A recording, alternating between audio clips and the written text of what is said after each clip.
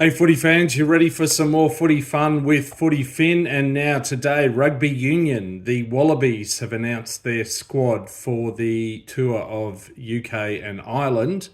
So while the Rugby League Pacific Championship and goes on here in Australasia, the South Pacific, things are hotting up in terms of the All Blacks and the Wallabies and the Springboks, and I assume Argentina looking to tour the Northern Hemisphere throughout November. In fact, the All Blacks have a game against Japan this weekend.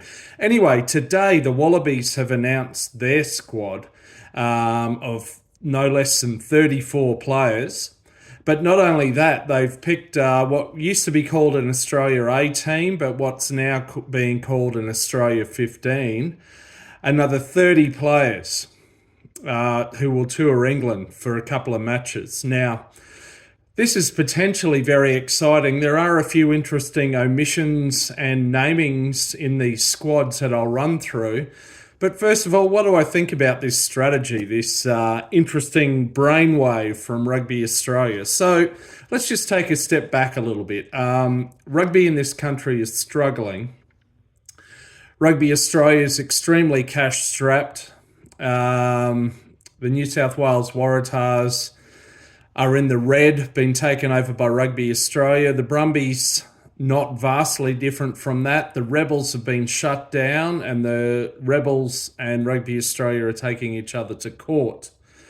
Rugby Australia can't even organise a playoff match, for example, between the winners of the Brisbane and the Sydney club competitions. Let alone do any sort of national competition of any kind. So what do they choose to do? They choose to not only send 34 players plus coaching and support staff around the UK and Ireland for a month. No, that's not enough. That's not a big enough bill. So let's pick another 30 fucking players and coaches and support staff and send them off to England for 2 weeks and all the training camps preceding that to play 2 pissy little games 9 days apart. It's bloody ridiculous. They couldn't send this Australia 15 to New Zealand, for example. Much cheaper and good quality opposition. Play against some of the NPC teams, the ones that dropped out of the quarterfinals in the first weekend. Play against 1 or 2 Super Rugby teams, you know? Couldn't do that, could they? No. Bloody ridiculous. For an organisation that's strapped for cash and can't do anything, can't even organise a playoff between Brisbane and Sydney Club Rugby Premiers, doing this is an absolute farce and a complete or largely a waste of money, big money in my view. Also, in terms of the timing, so most of these players who say are on the fringe of getting into Super Rugby, or maybe they're in Super Rugby but they're not, haven't played for the Wallabies this year. So most of them haven't played since August. And that was club rugby throughout July and August in Brisbane and Sydney and Perth. So they've had 1.5, 2 months off. Now they come back, these Australia 15 players, for a training camp, and then they go off for a couple of weeks, play 1 or 2 games. Most of them will only get in 1 game in England, and then go back and it's cricket season again. Like, stop, start. It's ridiculous. I don't like it. I don't like it. Furthermore, 34 players for the Wallabies, 30 players for the Australia 15. That's 64 players. Only 2 of them are overseas-based players. There are 4 Australian Super Rugby clubs. You do the maths. This is the equivalent of picking every starting player from every Australian Super Rugby team and sending them off to the UK and or Ireland when the organisation apparently has no money. It's ridiculous. It's a fucking farce, but it's typical Rugby Australia. Typical Rugby Australia. Anyway, let's quickly run through the teams. I'm not going to go through all 64 players and name them. In the Wallabies, in the Australia 15, I was happy to see Corey Toole, the Brumbies winger, who's played a bit of sevens, selected for that finally. I think he should replace Max Jorgensen in the Wallabies squad, but that's another matter. We've just got the two, as I said earlier, overseas-based players in the Wallabies. We've got Will Skelton, who captained the Wallabies at the Rugby World Cup last year, and Samu Karevi, who plays in Japan still, I believe. Those two will be welcome back into the team. Speaking of overseas-based players, Marika Koriambeti, who was the only overseas-based player in the latter part of the Rugby Championship, if not the whole championship, he's been dropped after some pretty ordinary starts. Speaking of ex-Melbourne Storm wingers of Fijian heritage, I don't recall seeing Suliasi Vunivalu's name in there, but I might have overlooked him in the Australia 15.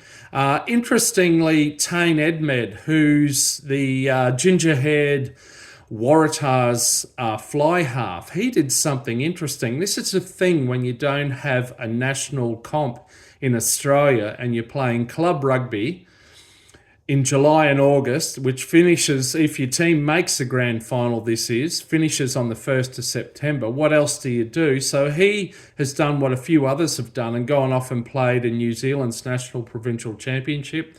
He played for North Harbour. They didn't fare too well, but he did enough to get himself selected in this Wallabies squad of 34. So fair play to him. There are a number of players out injured who couldn't make this squad. That includes the likes of Kurtley Beale.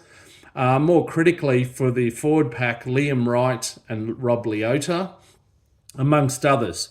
Then there's a young fella making his debut who's in his early 20s, hasn't played rugby since high school. He's come over from the NRL and is getting paid an exorbitant sum of money to play on the wing or maybe at outside centre. His name is Joseph Sua'ali'i. You might have heard of him. Ridiculous decision. I'm not even going to give it airtime, to be honest with you. He'll probably make the team at some point. How would you feel if you're a young battler or maybe you're in your mid-20s and you've toiled away in club rugby and super rugby over the course of years and you've gradually built yourself up to come through and finally crack this Wallaby squad. And here comes in this clown at $5 million for 3 years, coming over from the NRL, hasn't played rugby since high school. It's not good, is it? But this is the last administration we've got to thank. Anyway, so the Wallabies play England, I think, on the 10th of November.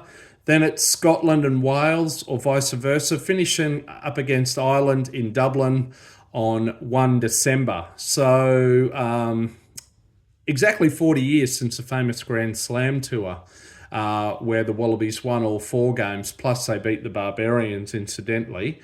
I don't think we're going to get a repeat of that. Look, I'm hoping the Wallabies could pick up at least 2 wins here. You would hope they would beat Wales and hopefully Scotland. But hey, I wouldn't bet my house on that either. I hope they go well. But look, I don't agree with this. And one other thing I don't agree with, the last test on this tour is on the 1st of December. And then the Wallabies play no tests, not even a warm-up test, before they play the British and Irish Lions next July, I think it is. So that's at least 7 or more months. No tests. Rugby Australia couldn't even organise a warm-up test for the Wallabies next June, July against Fiji or Georgia, Tonga, Samoa, Japan, even Chile. Fuck, I'd play Singapore. But they can't do that. Yet they want to send 30 guys plus coaching and support staff off with the Australia 15 to England. Well, good luck, lads. Anyway, that's it from me. Rant over. Until next time, you might catch me in the middle of a rolling mall. See ya.